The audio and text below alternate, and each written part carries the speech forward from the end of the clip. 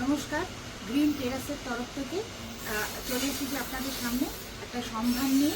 দেখতেই পাচ্ছেন যে আমি আজকে বলতে চলেছি, এটার নাম হচ্ছে স্পাইডার প্ল্যান্ট। এটার সঙ্গে আপনারা পরিচিত। স্পাইডার প্ল্যান্ট, এই স্পাইডার প্ল্যান্টের কী উপকারিতা, কী এর বৈশিষ্ট্য, কীভাবে রাখবেন এবং কতটা জল, কতটা আলো, কী লাগবে, এই সমস্ত কিছু আমি বলতে চেয়েছি। এই প্ল্যান্ট কোথায় হয়, কীভাবে হয়, সব বলতে চলেছি। ভিডিওটা স্কিপ না করে পুরো দেখুন। এই হচ্ছে একটা ম্যাচিওর স্পাইডার প্ল্যান্ট, যার এখান থেকে এটাকে বলে স্পাইডার লেট। এর একটা প্রকৃতিগত একটা অদ্ভুত বৈশিষ্ট্য, এর প্রোপাগেশন। আমি এটাতে পরে আসছি। আপনারা এই পূর্ণ যেটা স্পাইডার প্ল্যান্ট, এটা দেখুন। আচ্ছা, এইবারে হচ্ছে এই স্পাইডার প্ল্যান্ট, যে কোনো প্ল্যান্ট করতে গেলে, সেটা সম্বন্ধে জানতে গেলে কিভাবে করবেন, তাহলে আপনাকে দেখতে হবে যে এটার কোথায় এর উৎপত্তি। এইটা কিন্তু খুব জরুরি। তো আমাদের স্পাইডার প্ল্যান্টের বৈজ্ঞানিক নাম হচ্ছে ক্লোরোফাইটাম কোমোসাম। ক্লোরোফাইটাম কোমোসাম হচ্ছে বৈজ্ঞানিক নাম। এবারে এটা কোথায় এর উৎপত্তি, মানে এ হচ্ছে কোথায় নেটিভ। তো এটা হচ্ছে আফ্রিকার সাভানা অঞ্চল, তার মানে হচ্ছে আমাদের ট্রপিক্যাল রিজিয়ন। আমরাও কিন্তু ট্রপিক্যাল রিজিয়নে, সেই জন্য কিন্তু এই সমতলেও এই স্পাইডার প্ল্যান্টটা আমরা সহজে করতে পারি। তো এটা হচ্ছে, আর এর ফ্যামিলি হচ্ছে অ্যাসপারাগাস, মানে গ্রাস মানে ঘাস প্রজাতির এরা উদ্ভিদ। তো এরা বড় গাছের তলাতেই হয়, কিন্তু আলো খুব ভালোবাসে। এবং যেহেতু ওই ট্রপিক্যাল রিজিয়ন, এবং আমরাও ট্রপিক্যাল রিজিয়নে, জল তো এর পরিমাণ মতো লাগে, কিন্তু এটা ড্রাফটটাও সহ্য করতে পারে। মানে আপনি দিনের পর দিন জল স্প্রে করলেন, অনেক দিন জল দিলেন না, তাতে কেউ কিন্তু স্পাইডার প্ল্যান্ট নষ্ট হয় না বা মরে যায় না। এটার মারাত্মক বৈশিষ্ট্য, যার জন্য আপনি শুধু বাইরে নয়, একদম মধ্যাহ্নের সূর্যালোক কিন্তু এরা নেবে না। এরা ওই 8:30 9টা অবধি যে সূর্যালোক, সেইটা নেবে। তারপরে কিন্তু এদের এমন জায়গায় রাখতে হবে, তারপরে যেন একটা ছায়াটা পায়। আর ঘরের মধ্যে রাখলেও তাই, যেখানটাতে আপনার সূর্যালোক একটু আসছে বা প্রচুর পরিমাণে আলো আসছে, সেইখানটাতেই থাকবে। আর কিন্তু অন্ধকারের মধ্যে কিন্তু এরা থাকবে না। তো এইটা একটা খুব বড় কথা এদের জন্য।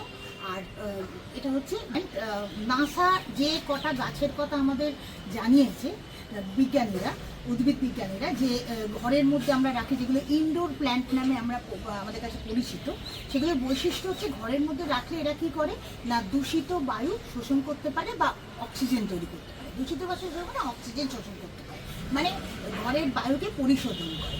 তো এটা কিন্তু তার মধ্যে একদম অন্যতম গাছ। এটা আপনি কেন না, এর যত্নটা তো খুব কম। আপনি নিশ্চিন্তে ঘরের একটু আলো আসছে এরকম একটা জায়গায় রেখে দিলে, আপনি যদি রেগুলার জলটা স্প্রেও করেন, তাতেও কিন্তু সুন্দর সার্ভাইভ করবে এবং আপনাকে প্রভূত পরিমাণে অক্সিজেন দেবে। জল আর আলো সম্বন্ধে বললাম, জল যে পরিমাণ লাগে, আর আলো তো ভালোই লাগে বললাম আপনাদের। এবার আমি বলবো খাদ্য সম্বন্ধে। সেটা হচ্ছে খাদ্য বলতে, এটা হচ্ছে ব্যালেন্সড খাদ্য দরকার। সেটা হচ্ছে এনপিকে ব্যালেন্স। যে কোনো একটা এনপিকে ব্যালেন্স আপনারা 15 দিন অন্তর কি মাসেও যদি একবার স্প্রে করে দেন, 1 লিটার জলে 5 গ্রাম 20 বা 19 সেই যে এনপিকে পাউডার পাওয়া যায় মার্কেটে, সেটা গুলে আপনারা যদি স্প্রে করে দেন, তাহলেই কিন্তু এর খাদ্য যথেষ্ট। কিন্তু যাদের হাতে সময় খুব কম, ধরুন একটা গুলে আবার দেয়া বা ভুলে গেলেন, এই জন্য আমি যেটা করি, আমার ক্ষেত্রে সেটা হচ্ছে অসমোকট, যেটা অসমোকট 13-13-13, যেটা ব্যালেন্সড এনপিকে। এটা আমি কতগুলো এরকম ছড়িয়ে দিয়ে রাখি। এটা হচ্ছে স্লো ফার্টিলাইজার।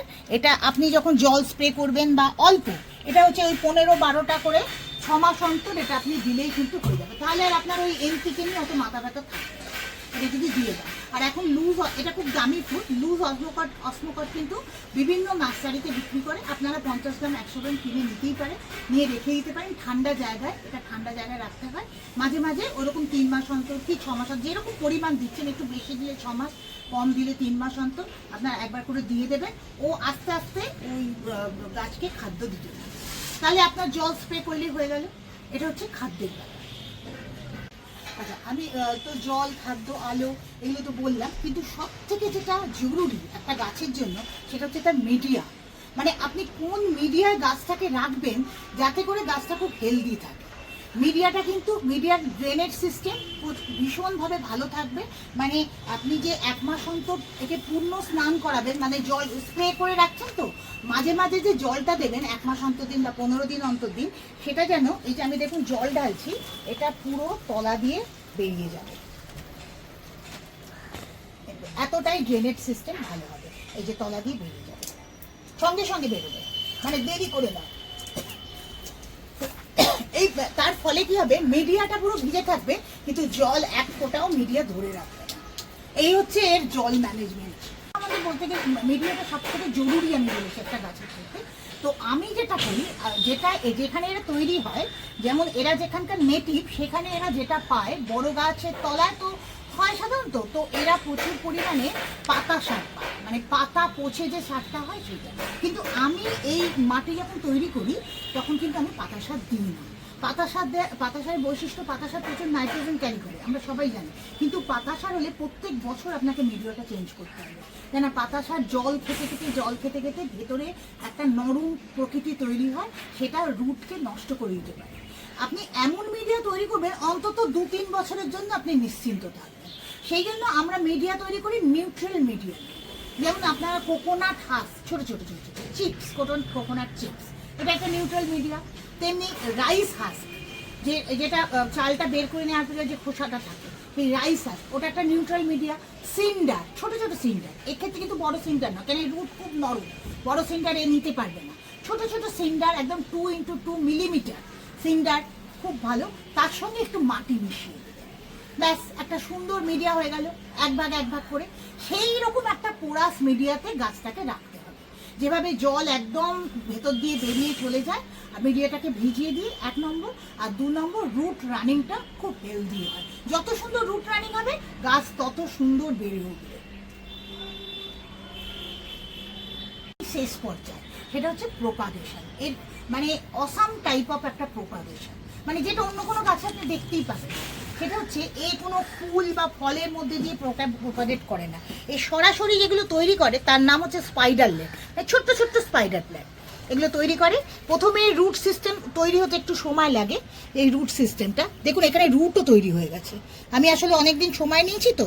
আচ্ছা, আমি কতগুলো আমি স্পাইডার লেট তৈরি করেছি, স্পাইডার লেট প্ল্যান্ট তৈরি করেছি, আপনাদের দেখাচ্ছি। এগুলো যদি রুট তৈরি না হয়, এটা একটু জলে রেখে দিলেই এটা একটু সুন্দর রুট তৈরি হয়ে গেছে। এই রুট আপনি, আমি এরকম একটা, এই যে ওরকম একটা ছোট্ট শুদ্ধ জলে মিডিয়াটা ভিজিয়ে দিয়েছি, এইরকম একটা যদি আপনি এরকম রুট তৈরি হয়ে গেছে, এরকম একটা স্পাইডার লেট এরকম টুক করে নিয়ে নিলেন এখান থেকে, হ্যাঁ স্পাইডার লেট রুট সমেত চলে গেল। এরকম এইটা এখানে বসিয়ে দিয়ে এই মাটিটাকে চিপে দিলেন, একদম সুন্দর স্পাইডার প্ল্যান্ট তৈরি হবে। আমি আপনাকে দেখাচ্ছি এক্ষুনি যে এরকম কি করে স্পাইডার প্ল্যান্ট তৈরি হচ্ছে। এখানে আপনি দুটোও দিতে পারেন, আর একটা দিতে পারেন, আর একটা এই গাছ থেকে সপ্তাহ আগে ওই স্পাইডার লেট তুলে নিয়ে বসিয়েছি। এই যে দেখুন পাতা বেরিয়ে গেছে, সুন্দর পাতা বেরিয়ে গেছে, এখানেও পাতা বেরিয়ে গেছে। এই যে গাছটা, যে মিডিয়াটার মধ্যে আমি ছোট্ট স্পাইডার লেটটাকে রাখলাম, সেই মিডিয়াটা সম্বন্ধে বলতে পারি। এটা কিন্তু ওই মাদার গাছের মিডিয়ার সঙ্গে এক নয়। সেই মিডিয়াটা হচ্ছে যে অল্প কিছু ঝুরঝুরে মাটি, আর অর্ধেক মাটি আর অর্ধেক ভার্মি কম্পোস্ট। এই ভার্মি কম্পোস্ট এখানে মিশিয়ে দিলাম। হ্যাঁ, এই মাটি আর ভার্মি কম্পোস্ট ভালো করে মিশিয়ে নেবে। হ্যাঁ, ঝুরঝুরে মাটি আর ভার্মি কম্পোস্ট দিয়ে সেই মিডিয়াটার মধ্যে প্রথমে জলে ভিজিয়ে নেবেন। আমি এটাতে কিন্তু আমি পুরো জলে ভিজিয়ে নিয়েছি, মানে গাছটা রাখার পর আর জল দেবেন না, প্রথমে মিডিয়াটা জলে পুরো জল দিয়ে ভিজিয়ে নেবেন। ভিজিয়ে মিডিয়ার মধ্যে ওরকম গর্ত করে আপনি গাছটাকে রেখে দিলেন। আর এইটা হচ্ছে তার মিডিয়া। এই মিডিয়াটা, এই ঝুরঝুরি মিডিয়া, ওখানে কিন্তু অন্য কিছু থাকে। ভার্মি কম্পোস্ট 50%, কারণ হচ্ছে ওটাই হচ্ছে ছোট্ট স্পাইডার লেটের খাদ্য, আর কোনো খাদ্য স্পাইডার লেটকে দেওয়া হবে না।